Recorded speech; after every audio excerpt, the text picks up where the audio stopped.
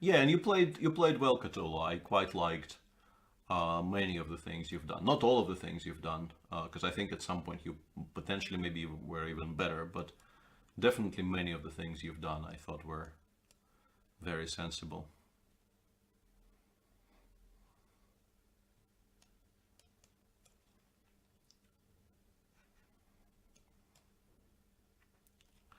Yeah, I wish I knew what I was doing here.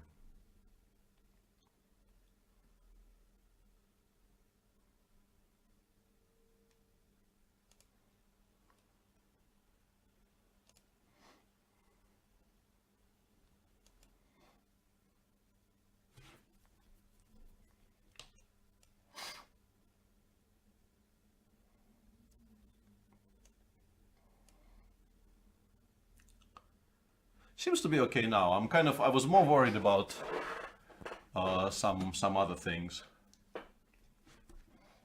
I understand this is very, very vague, but yeah, at some point I was quite seriously worried about my position, but I think now I'm doing okay. I wonder at what rating does Svidler start to think, I should be a bit careful against this player.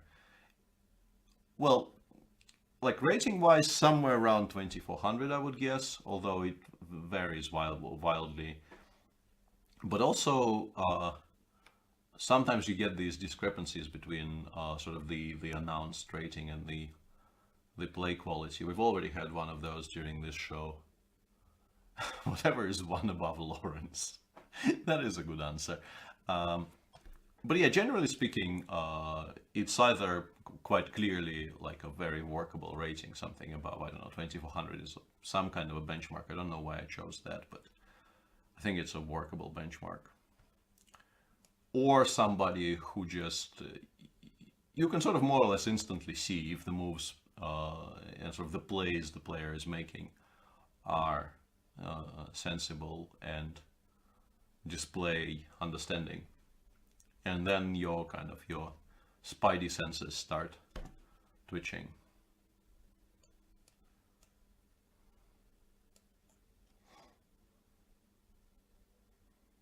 And yeah, hi. I have both chat windows open, and I'm trying to pay attention to both.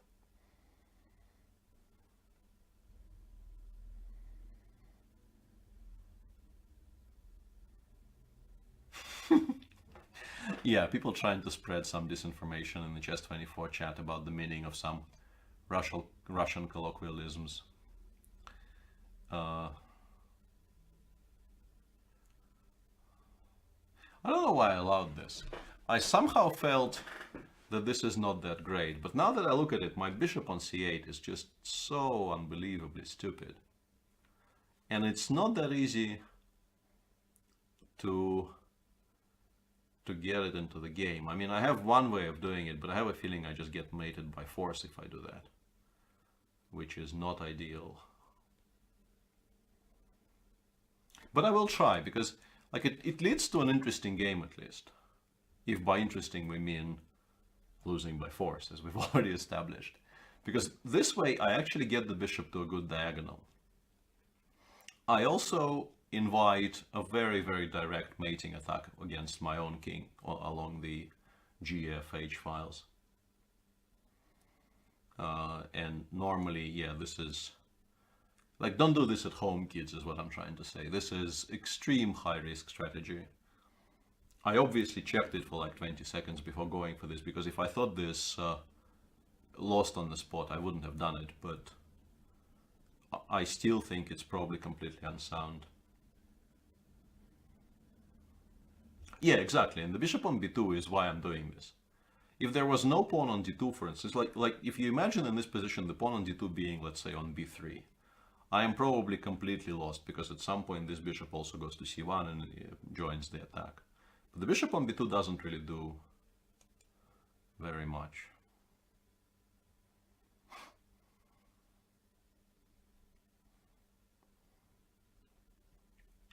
Yeah, I like 960 September.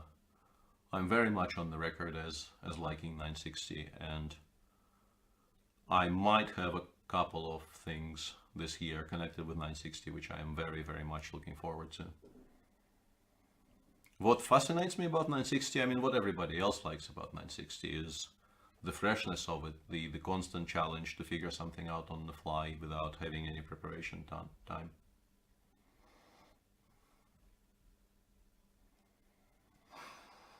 Yeah, I'm not quite sure what he's trying to prove by this, because once again, the bishop is just too far.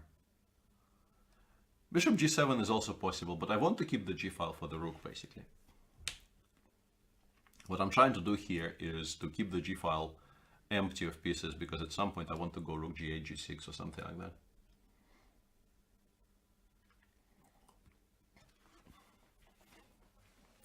Knight h5 looked very strong there instead of queen f5. Then I go rook g8. This is that was exactly the plan, sort of. Am I blundering some? Yeah, if I go queen c8 here, he has knight takes d6. This is quite clever. I might still be very significantly better there, though.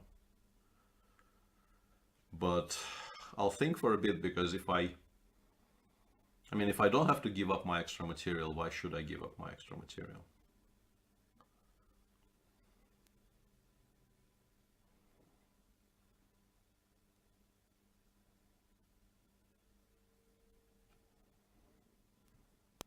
I mean, I can just play something like f6 and...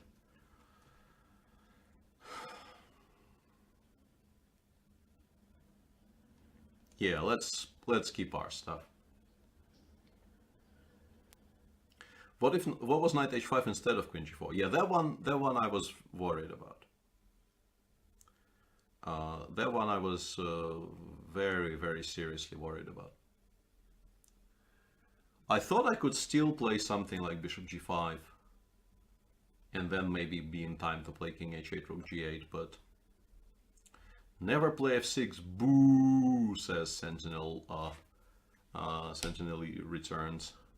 I understand where you're coming from, but I don't think it deserves, I think I would have cut the boo at like 3 O's. I think the amount of O's you put into that boo is slightly overstated.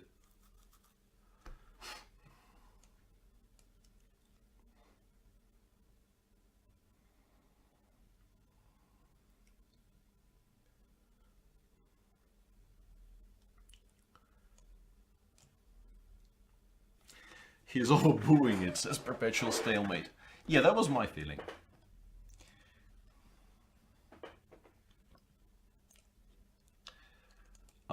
Let's have a look at this, by the way. Yeah, so knight h5 here. I go bishop g5.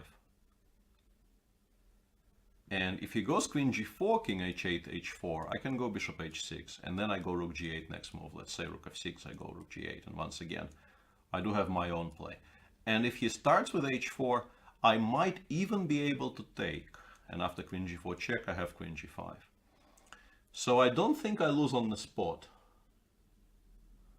But it is extremely dangerous. But I gave the whole speech about g takes f5. I said this is basically playing with fire, and probably completely incorrect. Thanks, Zenchess. And I think you played well as well, but yeah, like somewhere here you went wrong.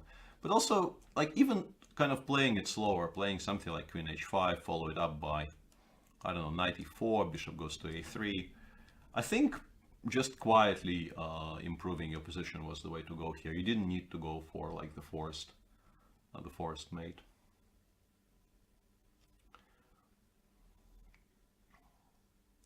Did I miss all the good stuff, says Mr. Dodgy. Why are you only now showing up? It's very upsetting. Any parenting tips for an infant, says Pramod. It's been more than 10 years since my children could reliably be described as infants, so I'm probably not the person to ask. I think you should stick around and talk to Jan on the subject, because he is a much more recent parent than I am.